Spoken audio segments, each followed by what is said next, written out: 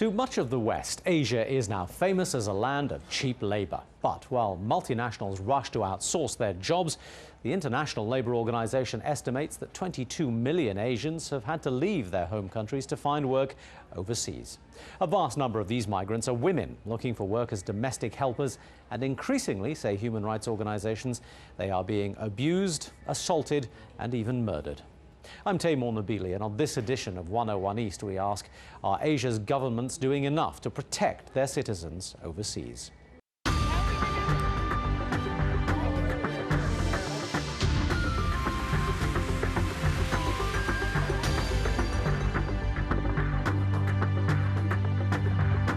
There are around 7 million Filipino women working overseas as domestic helpers, and women from Sri Lanka and Indonesia also leave home in huge numbers to work abroad.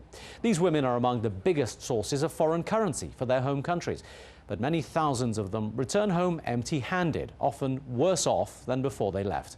Fazia Ibrahim reports.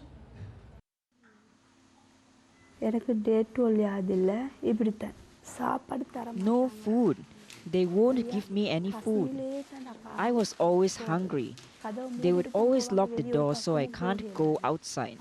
When I asked for my salary to buy food, they beat me. The 4 children would always complain about me. Sometimes they would also beat me.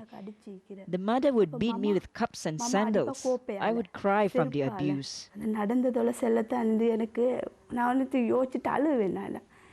Fatima Runusa worked as a maid to an Egyptian family for over 2 years. She claimed she was never paid and was constantly abused by her employers. One particular severe beating left her with a damaged spinal cord and 2 broken arms. She returned to Sri Lanka broken and destitute. Why should I be angry with anybody? They must be punished. I must also be compensated. I don't even have 1 rupee. 2 years after returning from Egypt, Fatima still hopes her former employers will be held accountable.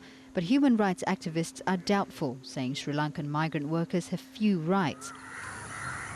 Poverty is the main reason over 600,000 Sri Lankan women work as domestic help abroad. They send their wages home to support families and build houses. Last year, Sri Lanka earned $2.3 billion from these remittances. But the Sri Lankan government has been accused of putting profit ahead of protecting the rights of these citizens who work overseas. Many of these maids work in rich Middle Eastern countries, where many abuse cases are also reported. Activists accuse the Sri Lankan government of ignoring these cases for fear of losing the domestic worker competition to the Philippines or Indonesia. If you look at the kind of complaints we have had to handle, it ranges from non-payment of wages, which is violation of whatever contract, to sexual abuse and physical violence, at times resulting in death and committing suicide, to even removal of organs. Several years ago, the body of a Sri Lankan domestic worker from Kuwait arrived home missing her bladder, kidneys and parts of her brain. Kuwait justified their actions, pointing to a national decree to remove organs from healthy corpses. But activists say the case highlights the fact that many Sri Lankan domestic workers are unaware of what they could face when working overseas. The government insists the number of abuse cases is low. I think we are blowing it completely out of proportion. On the basis that we have 400,000, for instance, in Saudi, we get about 3,000, 4,000 complaints a year, which is a huge. But if you work it as a percentage, it's less than 1%. Many domestic workers from Sri Lanka come from poor rural communities like this one. Many have little or no education at all, and yet they're willing to face the uncertainties of working in a foreign country, dealing with a different culture and language, all with the sole purpose of building a better future for their families back home.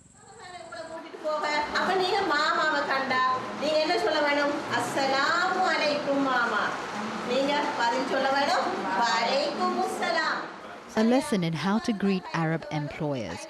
It's part of a compulsory 2-week training course for all would-be maids before they're shipped abroad. The maids are taught how to perform domestic chores like cooking, cleaning and childcare. These schools come under the Foreign Employment Department, which runs a special course aimed at reducing the number of sexual attacks on Sri Lankan maids. We do have almost 2 weeks training for Middle East bound trainees. We have extra day how to face the sexual challenges of every day.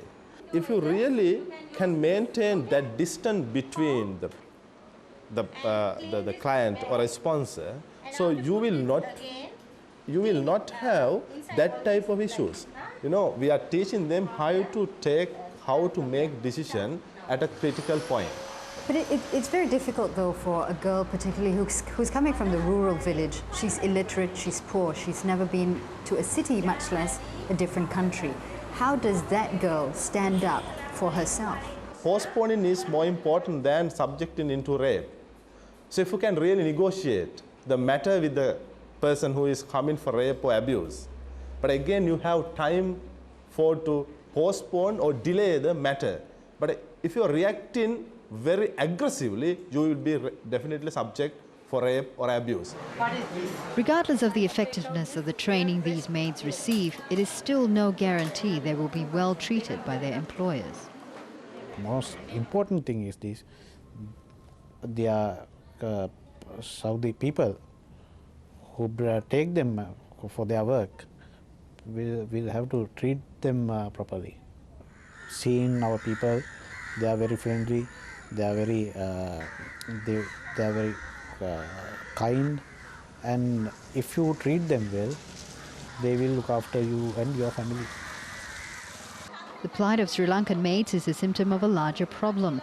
As the largest net foreign exchange earner for Sri Lanka, they're a valuable economic commodity. But their rights as migrant workers will continue to be dictated by richer nations in what critics are calling modern-day slavery. Well, I'm joined in our studio now by Sri Lanka's Minister for Foreign Employment, Promotion and Welfare, Kelya Rambugwala, who we just saw in that film, and by Elena Sana from Migrant Forum Asia, also joined from Hong Kong by Basil Fernando, who's with the Asian Human Rights Commission. Thank you all for being with us.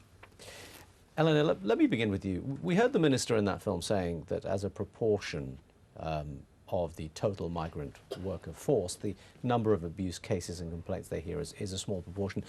That's for Sri Lanka. Just give us an idea of what it's like in the Philippines and maybe in a slightly broader context in other countries that have large migrant populations. Yeah, thank you for the question. Though.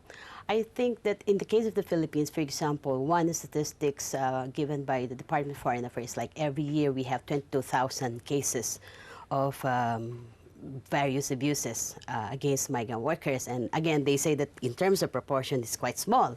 22,000 out of 22,000 out of... What is the migrant population in the Philippines? 8 million, 7 to 8 million. So again, in terms of proportion, it's very small. But what we're saying is, even one case is one case too many, considering that most of our workers who live for various destinations abroad are of their very young, productive age, and they have a clean medical bill of health, and yeah, so there should be no reason why they should encounter these problems. Basil Fernando, from your perspective, that number of reported cases, is that actually a fair reflection of the actual number of abuse events that occur? There are two things. You see, one is, what is this talk about proportion? I don't understand, because the rights of people, whether it's happened to one or more, that's not the issue. Each one of these people is a human being, and that the rights don't go by proportions. Rights go by the fact that each of these person, if something happens, the governments have responsibilities, and the governments, there is no thing about proportionality about government responsibility. For each person, the governments are responsible. That is a fair point, Minister. Let me put that to you. I mean, the proportion is irrelevant, even if it's only a handful of individuals. Abuse is something that you really need to act upon, isn't it? Quite. I totally agree. What I said was that it is blown out of proportion, in the sense the kind of coverage, the kind of attitude you build towards that is sometimes hostile, which is not fair. Well, should it be anything other than hostile? I mean, what kind of reaction would one expect? Let me tell you. Tell me any workplace there in the world where you have vast amount of democracies, all kinds of things, where you have zero. That's the point. There is no question. If you can point me one place in the whole world, any institution where you have zero complaints of some kind of labor disputes or abuse, or that's exactly what I mean. All right, let me go back to Basil for a moment. Basil, the proportionality argument is a fair point, but let me ask you this question. Yeah. If this is an issue, does it necessarily also mean that the governments are not doing what they can? Are you accusing governments of being negligent in this? Of course, you know, even the raising the issue in this way is trying to, try to undermine the issue, minimize the issue, trivialize the issue. See, the government's responsibility as against another government is to take up the issues of their people, not to minimize, not to trivialize, not to undermine these issues. And you said, would you say this is a widespread problem amongst all governments? It's particularly in the governments in South Asia, particularly with the Sri Lankan government. All right, we're going to have to take a short break there. Please stay with us. Coming up next on 101 East, we will continue the discussion, and we'll be hearing from the parents of one teenage Sri Lankan maid who's been sentenced to death in Saudi Arabia.